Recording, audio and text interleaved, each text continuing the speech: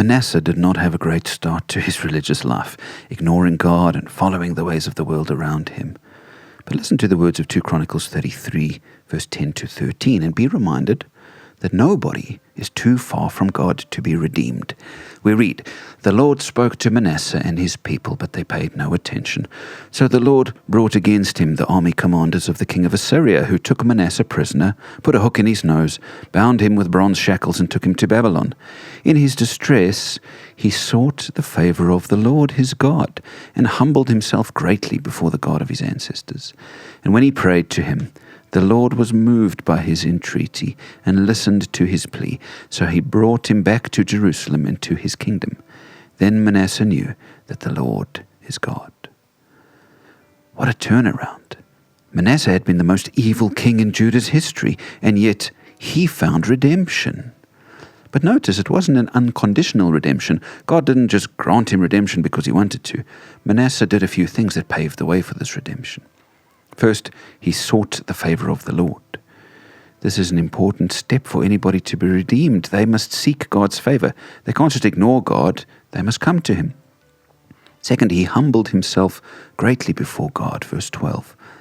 There was no marching into God's presence demanding what he wanted. Manasseh had to humble himself to find God's redemption. It's true for us all. As the book of James says, God opposes the proud, but shows favor to the humble. James 4, verse 6. Arrogance and self-righteousness have no place in the heart of one seeking God's favor.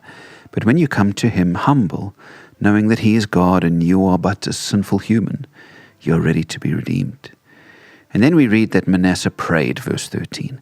It was his prayer that moved God and changed God's disposition to him. Now, personally, I don't believe that formulaic prayers are what God is after.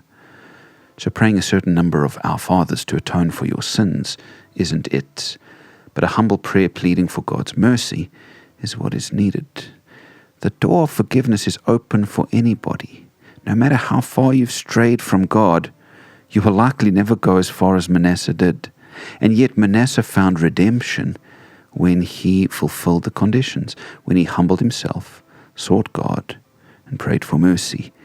Everybody doesn't get forgiven all their sins, but those who do what Manasseh did receive God's mercy, because Christ's death on the cross covers the sins of all who come to God in this way. Please, come to God like Manasseh, and like Manasseh you can know that the Lord is God as he washes away your sins and welcomes you into his kingdom.